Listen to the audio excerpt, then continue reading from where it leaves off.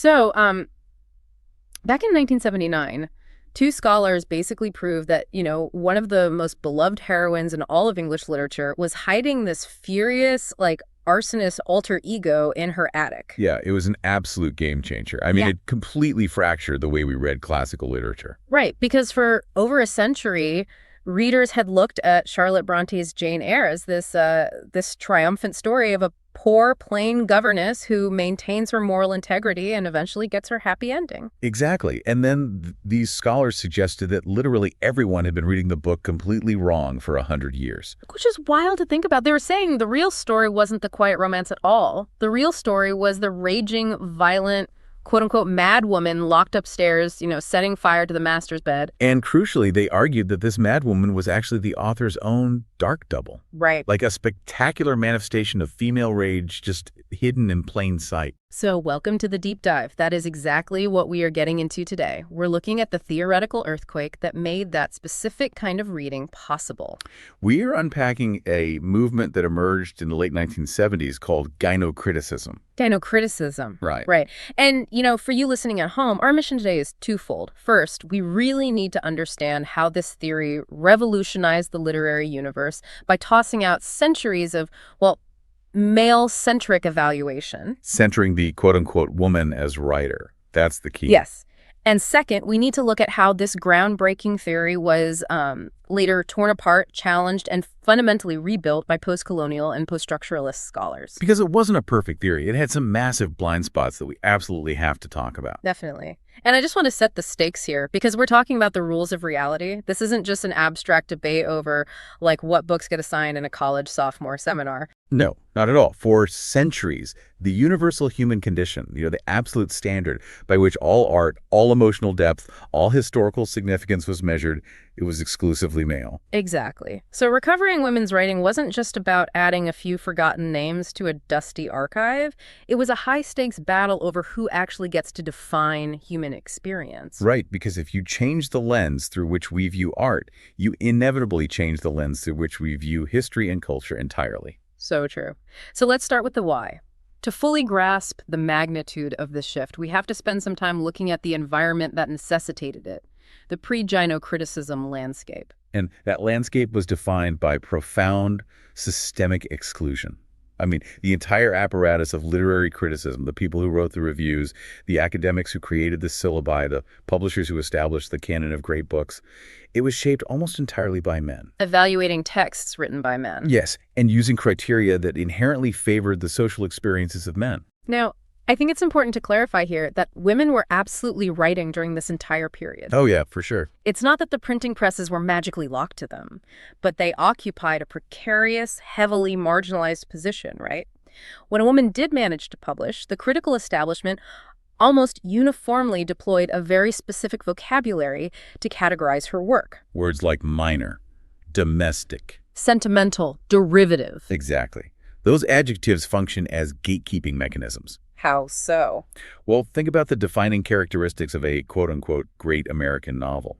They usually involve epic scale, man's struggle against nature, or the conquest of the frontier. Right, themes heavily associated with masculine social mobility. Precisely. So, if that's your standard, then a novel concerning the intricate, claustrophobic social dynamics of a domestic parlor is automatically classified as lesser. Because it's not trying to conquer the frontier. Right.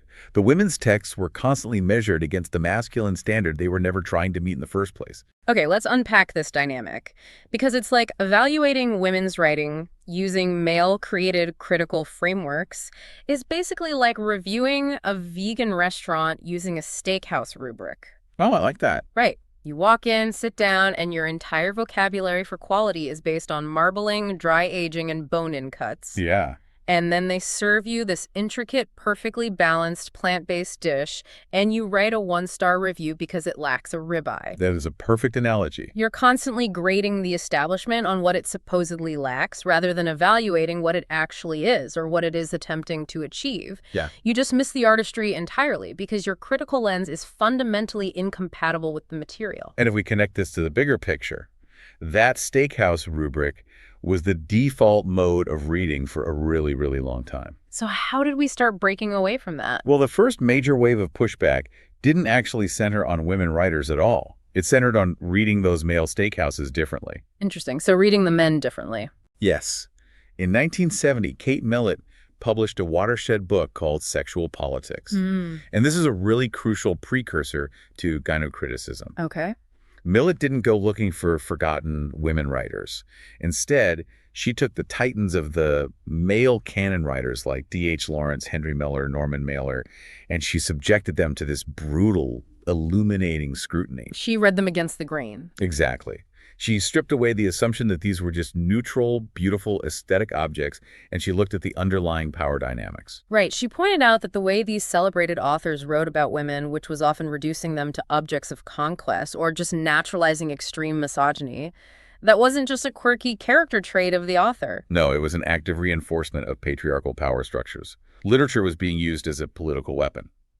So Elaine Showalter, who is sort of the central figure in our discussion today, she later categorized Kate Millett's approach as feminist critique. Yes, feminist critique. Okay. It was the study of the woman as reader. It trained readers to spot the misogyny and the ideological assumptions basically baked into the books they were being told to revere. Yeah.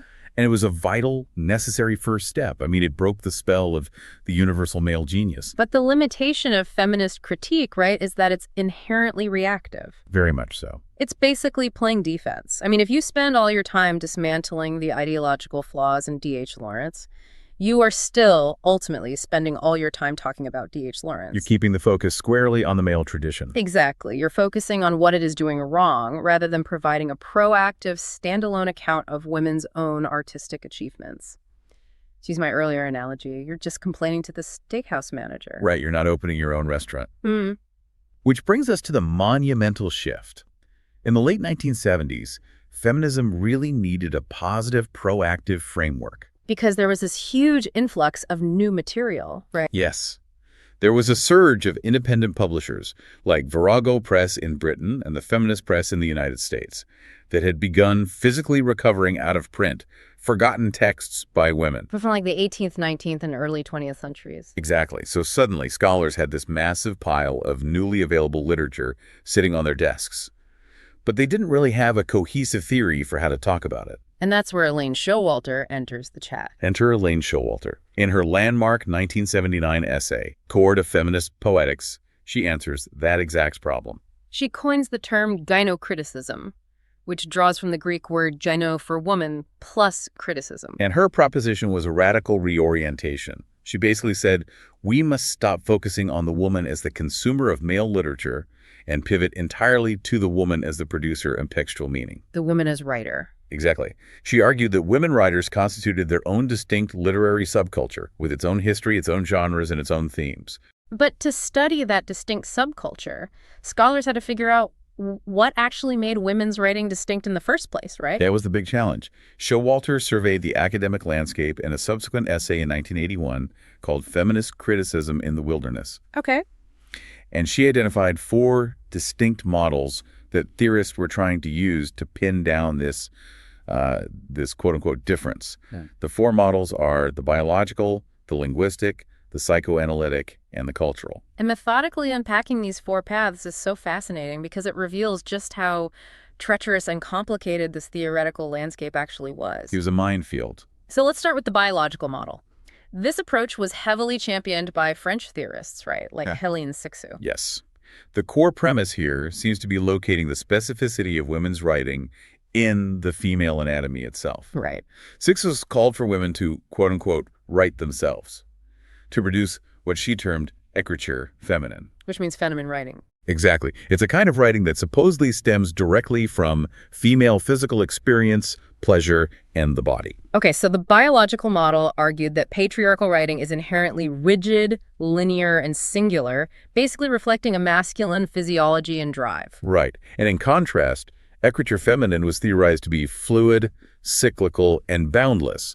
It would operate outside the traditional rules of syntax and logic, supposedly mirroring the rhythms of the female body. It was an attempt to reclaim the physical form that had been heavily regulated by society and channel it into a new kind of text. Yes, that was the goal. But I mean, I am trying to imagine applying that to an actual text, and it feels like stepping onto a massive landmine. Oh, it absolutely is. Because if we say that women write in a fluid, non-linear, perhaps illogical way simply because of their biological makeup, aren't we just reinforcing the exact same biological determinism that the patriarchy used to keep women out of university in the first place? Yeah, you hit the nail on the head. It sounds identical to a Victorian doctor claiming a woman's brain is too heavily influenced by her reproductive organs to handle the rigors of classical literature. And Showalter saw that danger clearly. She was deeply skeptical of the biological model because it leans so heavily into essentialism. Essentialism. We should define that for you listening because it comes up a lot. Yeah, essentialism is basically the belief that there is a fixed, innate, natural, quote-unquote, essence to a specific group of people. Right. So whenever you tie intellectual or artistic output directly to biology, you run the massive risk of naturalizing the very differences that society uses to oppress people. It's a trap. Exactly. Showalter warned that relying on anatomical metaphors might trap feminist criticism in the exact same biological cage it was trying to escape. Okay, so we dodged the biological trap, and we arrive at the linguistic model. And this one feels a bit more abstract to me. It's associated with theorists like Lucy Irigaray and Julia Kristeva. Yes. And their argument was that women's writing is distinguished not strictly by the physical body, but by its relationship to language itself.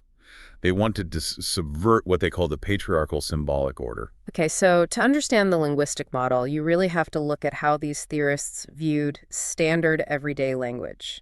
They argued that traditional discourse is driven by a masculine need for univocal meaning. Right. One clear, authoritative voice. One singular truth that pins down reality. And Irigaray suggested that a genuinely feminine language would be polyvocal. Yes. It would contain many voices, resisting the drive to neatly categorize and dominate its subject. It would be this disruptive, perhaps maternal mode of communication that breaks the rules of standard patriarchal speech. I mean, I could see the philosophical appeal there. You're basically saying, Audre Lorde style, the master's tools will never dismantle the master's house. So we literally need to invent a completely new grammar. It's a beautiful thought.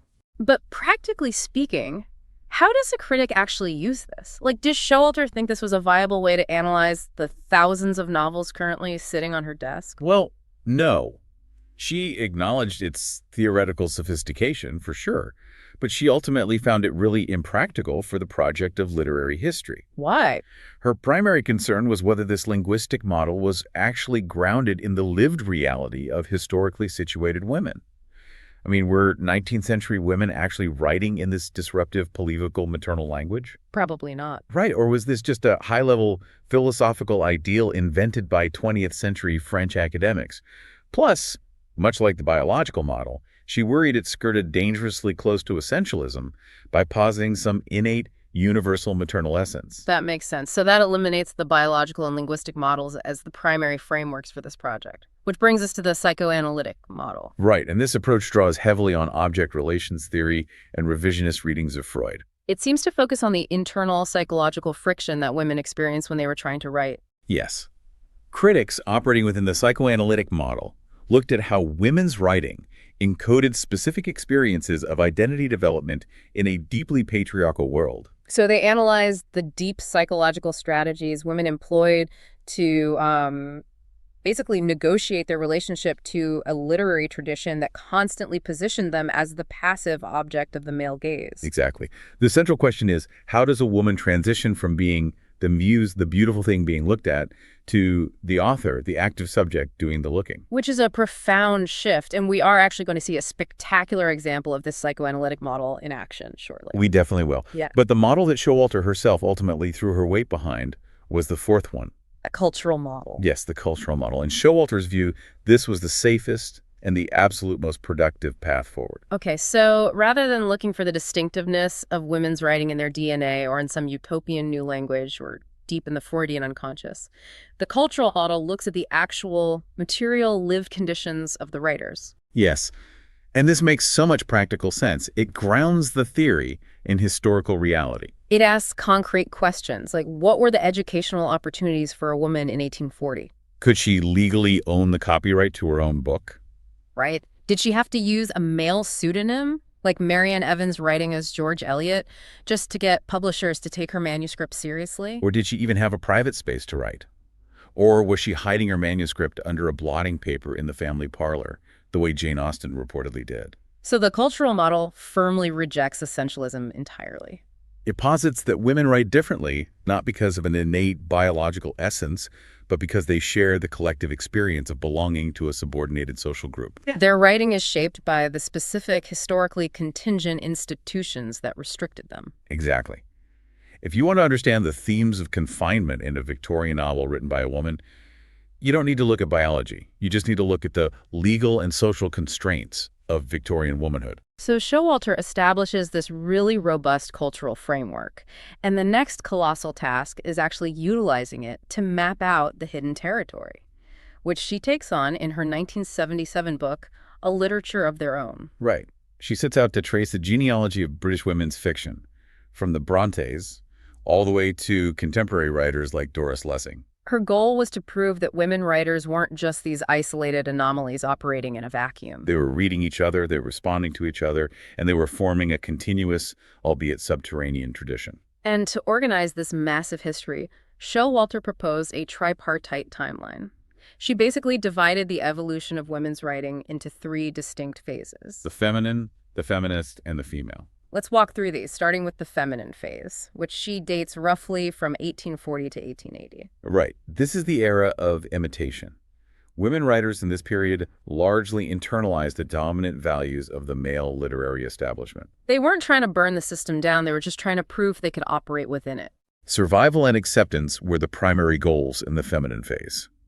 Writers often adopted male pseudonyms, and they adhered really closely to the accepted generic boundaries of what constituted a quote-unquote respectable novel. They were demonstrating their competence using the master's tools, essentially. Exactly. But then society starts to shift, and we move into the second phase, which is the feminist phase, stretching from roughly 1880 to 1920. Which aligns with the suffrage movements and massive social upheaval. And the literature reflects that, right? It becomes the era of protest. Yes. In the feminist phase, women writers basically abandon the strategy of quiet imitation. They begin actively challenging the values of both the literary and social traditions. So literature becomes a vehicle for demanding civil rights, bodily autonomy, and social independence. It is overtly political, it's angry, and it's confrontational. Very much so. Which then gives way to the third phase, from 1920 onwards, and Showalter called this the female phase. According to her, this is the phase of self-exploration. Right. The writers no longer feel the need to merely imitate men, nor do they feel compelled to spend all their energy just protesting against them. So the female phase represents a turn inward. Writers sought to explore specifically female consciousness and experience on its own terms, totally free from the reactionary stance of the previous generation. Now, it is crucial to note here that Showalter actually borrowed this three-part structure, imitation, protest, self-discovery from a critic named Earl Minor. Okay. And Minor had originally used it to describe the phases that colonized peoples go through in relation to a dominant imperial culture. I really want to put a massive pin in that choice of metaphor, because that appropriation of colonial terminology by a white Western scholar is going to become the epicenter of a massive controversy later in our discussion. Oh, it absolutely will. It's a huge point of contention. But before we get to the critique of this theory, we really need to look at the absolute zenith of this early gynocritical work. We need to look at how this cultural and psychoanalytic framework basically cracked open one of the most famous novels in history. Yes. We need to talk about Sandra Gilbert and Susan Gubar and their 1979 masterpiece, The Mad Woman in the Attic. The Mad Woman in the Attic. I mean, just an iconic title. Gilbert and Gubar focused intensely on the 19th century Victorian woman writer, right? They did. And their central theoretical concept is something they call the anxiety of authorship. Okay, let's break that down. We talked earlier about the cultural conditions of writing. In the 19th century, literary creativity and quote-unquote genius were profoundly aggressively gendered as masculine. Right. The pen was symbolically equated with male generative power. Exactly. So if you were a woman in 1840, your societal role is to be the quote-unquote angel in the house. You're supposed to be passive, pure, self-sacrificing, and above all, quiet. So the very act of asserting your own ego, of picking up a pen and basically declaring, I have a world inside my head and I am going to force you to look at it, is fundamentally unnatural according to your culture. It is almost monstrous. It creates an intense psychological friction.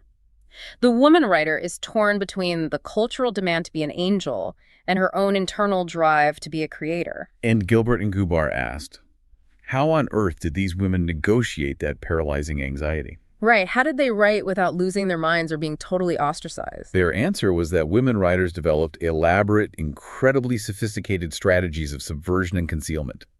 Because they couldn't write overt manifestos of rebellion, the publishers would reject them, and polite society would completely cast them out. So they had to build a literary Trojan horse. A Trojan horse, exactly. They wrote novels that, on the surface, appeared to perfectly conform to the domestic expectations of the time. You know, the plot might seem to drive toward a polite marriage.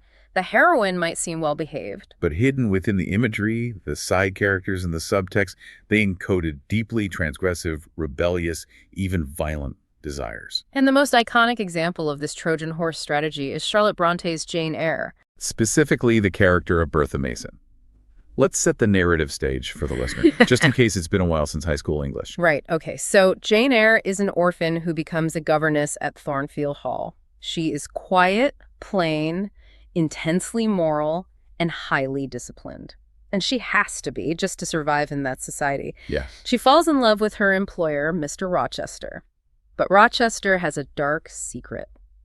Locked away in the attic of Thornfield Hall is his first wife, Bertha, whom he claims has gone violently, monstrously insane. And for over a century, the mainstream critical consensus on Bertha Mason was that she was just a Gothic plot device. It's just a spooky obstacle standing between Jane and Rochester. Right. Once Bertha tragically dies in a fire of her own making, the path is neatly cleared for Jane to marry Rochester and achieve her happy ending. But Gilbert and Guvar deployed a psychoanalytic reading that just completely shattered that interpretation. They did. They argued that Bertha is not an obstacle. Bertha is Jane. Wait, Bertha is Jane? Yes. Bertha is the author's dark double. She is the external manifestation of the explosive, repressed rage that the quote-unquote good heroine, Jane, is simply not allowed to express. Wow. Think about Jane's social position. She is poor, she is dependent, and she is basically suffocating under the rigid constraints of Victorian decorum.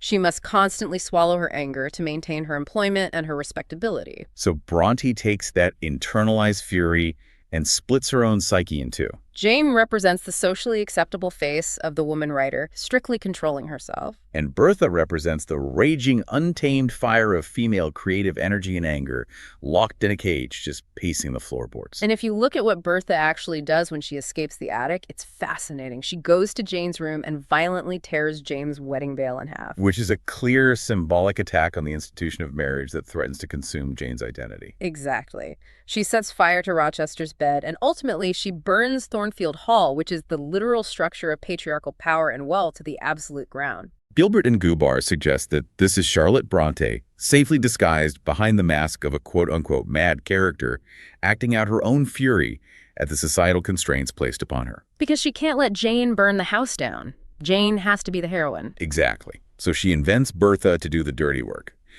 The mad woman isn't just insane. She is furious, and her fury is entirely justified by the conditions of her imprisonment.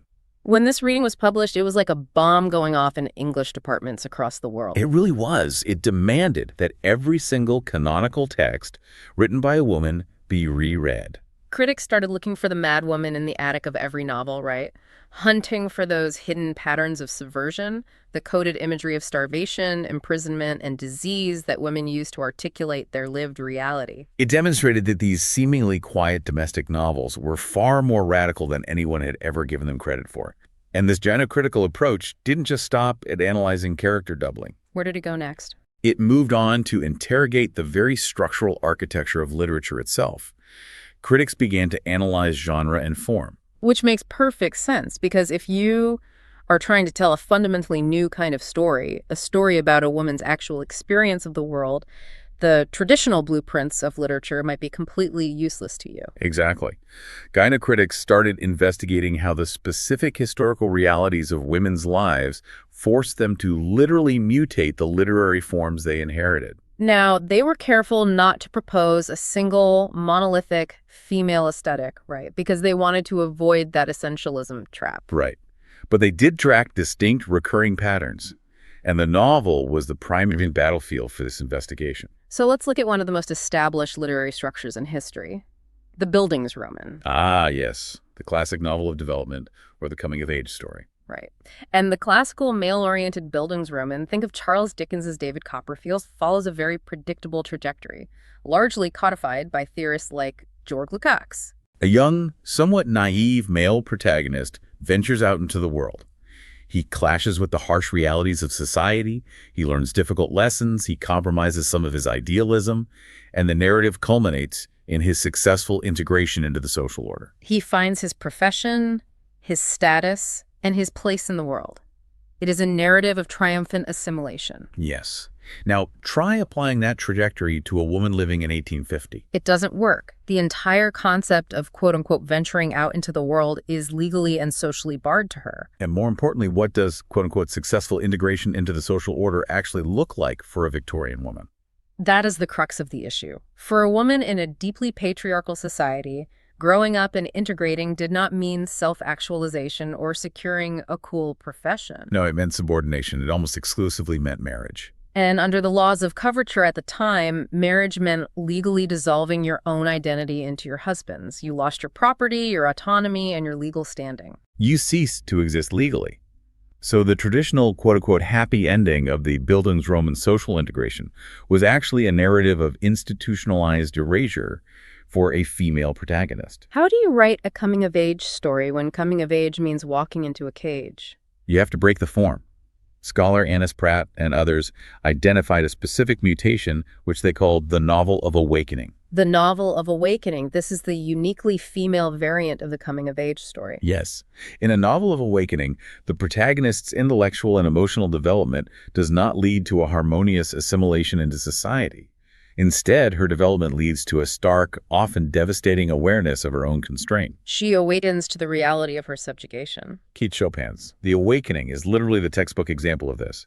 The protagonist realizes she possesses desires and ambitions that her society simply has no space for. So the narrative tension in these novels isn't driven by how the protagonist will eventually fit into the social fabric, but by the agonizing friction between her expanding internal consciousness and the suffocatingly narrow social scripts available to her. You see this subversion even in the classic courtship plot. Many novels by women seem to drive dutifully toward a marriage resolution, basically fulfilling the publisher's expectations. But gynocritics demonstrated how authors subtly undermined these endings, layering them with irony or melancholic imagery that registers the profound loss of freedom that marriage entailed. They dismantled the architecture of the novel from the inside out. And this immense, decades-long project, the recovery of lost texts, the mapping of the three phases, the psychoanalytic decoding of the madwoman, the redefinition of genre, it amounted to one of the most successful revisionary projects in academic history. It really did. It proved that the mainstream history of literature wasn't just incomplete, it was systematically, structurally skewed. It was a monumental achievement. But, and this is where our deep dive takes a massive turn, the movement contained a devastating blind spot. A huge one. As powerful as this gynocritical framework was, the quote-unquote female tradition that scholars like Showalter, Gilbert, and Gubar had painstakingly recovered and celebrated was almost exclusively white, middle class, and Western. Right. They had spent all this energy fighting against the male assumption that the white male experience was the universal human baseline. But in their rush to build a cohesive female tradition, they accidentally fell into a parallel trap. They began treating the white middle-class female experience as the universal female experience. And that assumption, treating white femininity as a transparent, uncomplicated baseline, effectively erased the writing, the history, and the distinct material realities of women of color, working-class women, and women living under colonial rule. You simply cannot take a critical tool designed to analyze the parlor dynamics of a Jane Austen novel and apply it seamlessly to a narrative written by a woman navigating the horrors of chattel slavery or surviving under Jim Crow laws. It just doesn't work. And this erasure provoked a necessary, fiercely intellectual wave of intersectional pushback in the late 1970s and 1980s. Black feminist scholars pointed out that mainstream gynocriticism was failing them entirely. In 1977, Barbara Smith published a foundational essay titled Toward a Black Feminist Criticism. And she argued with incredible clarity that analyzing literature solely along the axis of gender is fundamentally inadequate.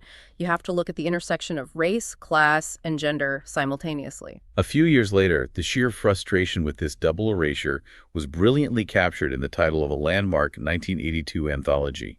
All the women are white, all the blacks are men, but some of us are brave. That is such a powerful title. It really highlighted how black women were being sidelined by both the mainstream white feminist movement and the male-dominated black liberation movement. They needed their own critical geography. And Hazel Carby's 1987 book, Reconstructing Womanhood, delivered a devastating critique of the gynocritical establishment. Carby pointed out that the very category of quote-unquote womanhood was a racialized construct. Let's expand on that. The idealized Victorian concept of the angel in the house, that pure, domestic, fragile woman that white feminist critics were spending so much time analyzing and deconstructing, was a concept built entirely on white privilege. Right. It was a standard of femininity that enslaved black women who were subjected to brutal physical labor and commodification were violently barred from accessing. Carby argued that by taking this specific privileged white femininity as the normative reference point for all feminist literary history, scholars were actively excluding the rich, complex tradition of African-American women writers. Which brings us back to that pin I placed earlier regarding Elaine Showalter's timeline. She used Earl Minor's colonial phases imitation, protest, self-exploration to describe the evolution of white British women's writing. And post-colonial scholars seized upon that metaphor and dismantled it. They pointed out the profound irony of a white Western scholar appropriating the vocabulary of racial oppression and violent colonization to describe the struggles of white middle-class women. Women who, historically, often benefited directly from the wealth generated by the British Empire. Right. It naturalized the racial privilege of the white woman while simultaneously exploiting the trauma of colonized peoples just to give her own struggle more gravitas. It's a staggering theoretical oversight. But perhaps the most famous, most paradigm-shifting post-colonial critique of this entire era involved returning to the exact same novel that had made gynocriticism so famous. We have to go back to Jane Eyre and the Mad Woman in the Attic. In 1985, the post-colonial theorist Gayatri Chakravorty Spivak published a groundbreaking essay titled Three Women's Texts and a Critique of Imperialism. Spivak looked at the feminist celebration of Bertha Mason. She noted that Gilbert and Gubar had elevated Bertha into this triumphant, empowering symbol of white female rage. And then Spivak asked a deceptively simple question.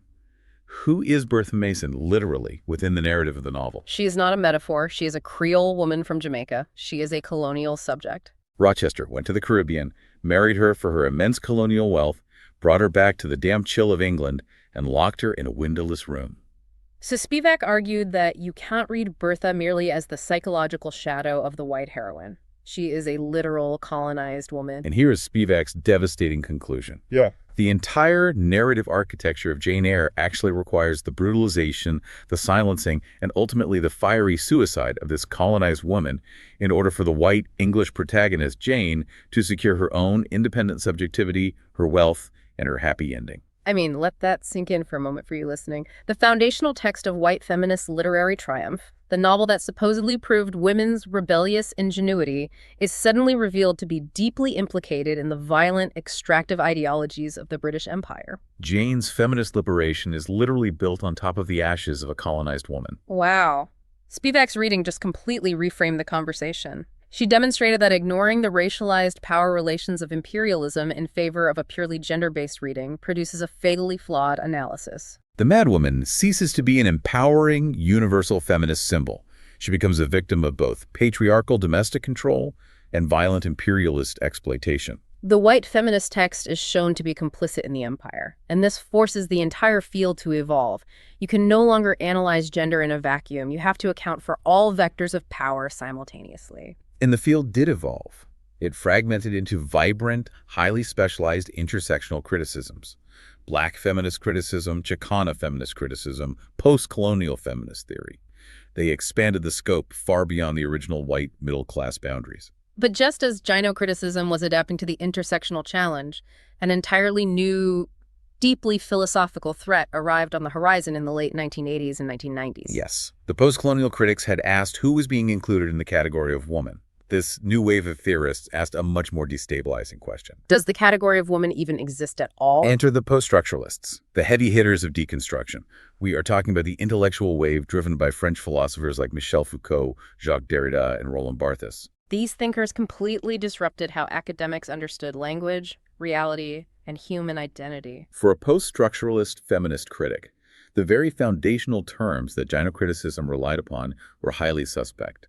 Terms like the female experience, the woman writer, and the female tradition. Right, because post-structuralists argued that these terms were not transparent descriptions of biological or social reality. They were ideologically loaded constructions created by language. The scholar Turl Moy laid out this challenge directly in her 1985 book, Sexual Textual Politics. She basically took aim at everyone. She critiqued the Anglo-American gynocritics like Showalter and the French theorists of écriture féminine like Cixous. She accused both camps of relying on essentialism. Moy argued that both groups, despite their differences, operated on the assumption that there is a specific underlying female reality that precedes language, and that women's literature simply reflects or expresses that reality. Drawing heavily on Derrida's theories of deconstruction, Moy argued that feminists shouldn't be celebrating the difference between men and women.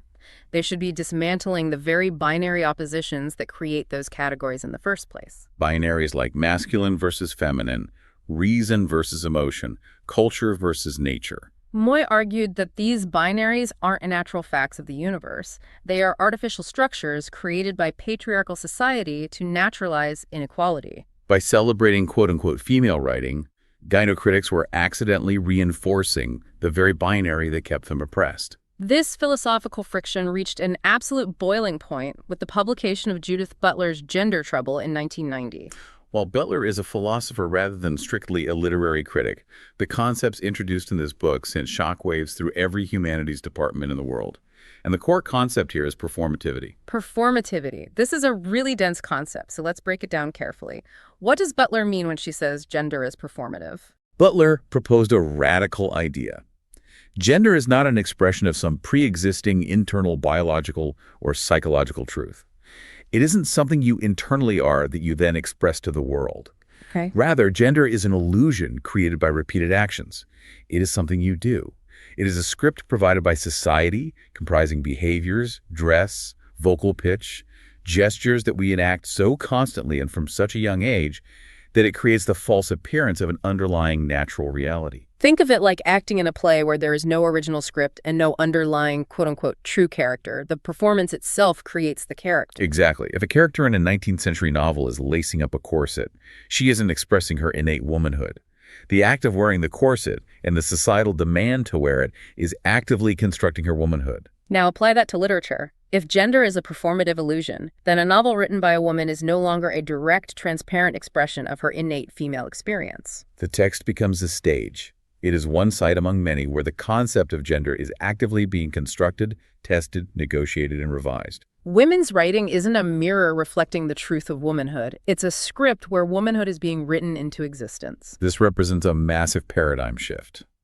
But it also triggered a profound political crisis within feminist circles. I mean, I can see why. Because if I am an activist or a scholar who has spent 20 years fighting to recover the marginalized voices of women, and suddenly a wave of post-structuralist philosophers arrives and declares that the category of woman is a discursive illusion, doesn't that pull the rug out from under the entire political movement? That was the exact anxiety expressed by many early gynocritics. Scholar Christine D. Stefano articulated this brilliantly.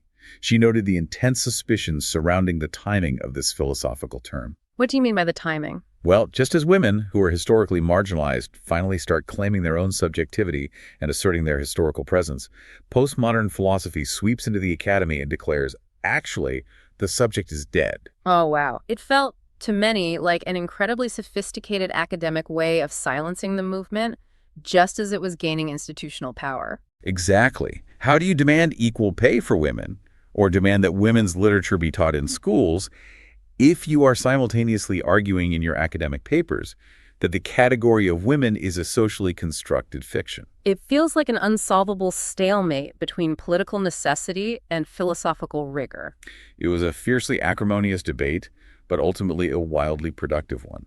The resolution came through a concept often referred to as strategic essentialism, a term popularized by Gayatri Spivak. Strategic essentialism. So what does that look like in practice? Theorists realized that you do not need to believe in a mystical, biological female soul in order to have a political movement. You can recognize that gender is a historical, societal construction, but still fiercely acknowledge that this construction has very real, material, and often devastating impacts on the people who are assigned to that category. Precisely. The political effectiveness of feminism depends on the strategic deployment of the category of woman. You can advocate for the group, you can fight for their literature, their rights, their bodily autonomy, while remaining hyper-aware that the category itself is a product of power dynamics. This synthesis forced literary criticism to become sharper, less naive, and infinitely more theoretically rigorous. It stripped away the lingering romanticism and essentialism of the early movement. It taught critics to analyze how literature actively constructs gender, rather than lazily assuming literature just passively reflects it. We have traced an immense intellectual arc today. From the early days of male-dominated criticism, to Kate Millett's feminist critique, to Showalter's revolutionary centering of the woman writer. To the massive mapping of the tradition, the intersectional corrections of Carby and Spivak, and the post-structuralist deconstructions of Butler. It's a lot. And to wrap up our deep dive, we have to look at the permanent legacy of this turbulence. The most immediate, undeniable impact is the total, permanent transformation of the literary canon. The landscape of what we consider great literature is fundamentally different today because of the physical recovery work and the theoretical battles waged by feminist scholars. Think about the texts that are now universally taught in high schools and universities. Authors like Zora Neale Hurston, Kate Chopin, Charlotte Perkins Gilman, Jean Rhys. These writers are now considered foundational pillars of literary education. But without the gynocritical movement, without the establishment of frameworks that could accurately value their work, they might still be languishing in absolute obscurity. Dismissed by mainstream gatekeepers as minor or sentimental. It is practically impossible to imagine a university syllabus today reverting to the narrow, exclusively male canon of the mid-20th century. The intervention permanently altered the terrain. And beyond just adding names to a syllabus, gynocriticism transformed the fundamental methodology of how we read anything. It proved, definitively, that you cannot understand a piece of literature in isolation from the social, historical, and specifically gendered conditions of its production. You have to know who held the legal power, who controlled the money, who had access to the printing presses, and who was locked in the domestic sphere. That insight didn't just stay quarantined in feminist circles. It bled out and informed entirely new schools of thought, like new historicism and cultural materialism. The institutional impact was equally massive. Entire publishing houses were built on the ethos of this movement, bringing women's voices to a mass commercial audience and bypassing the old male gatekeepers entirely. It was a total paradigm shift. It demonstrated that literature isn't just a mirror passively reflecting reality. It's an active tool that shapes reality. And changing whose stories are deemed valuable actually changes the fabric of society. Gynocriticism was a project of profound transformation. It changed the canon, it changed our critical methodologies, and it changed our understanding of the relationship between art, power, and identity. And while the early theories had their flaws and their significant blind spots, the core insight that marginalized writing requires a critical framework adequate to its own history remains absolutely indispensable today. It does. Which leaves us with a final thought for you, the listener. We spent this time talking about history, about Victorian attics, colonial wealth, and the rigid constraints of the 19th century publishing industry. But the evolution of the female literary tradition didn't freeze in the 1990s. Definitely not. If historical material conditions forced women to write novels of awakening that ended in constraint, how are the material conditions shaping the landscape right now? Think about today's digital publishing platforms. That's a great point. Think about self-published online spaces, massive fan fiction repositories, serialized web novels, and algorithm-driven storytelling. These are areas completely divorced from the traditional, historically male-dominated gatekeepers of the past. Are we currently witnessing the birth of an entirely new, unmapped phase of the literary tradition? A phase where the boundaries of form, genre, and gender are being written, deconstructed, and rewritten in real time, completely outside the purview of the old literary establishment. That is something to keep your eye on the next time you open a new book or open a new tab. Keep questioning the frameworks. Thanks for diving deep with us.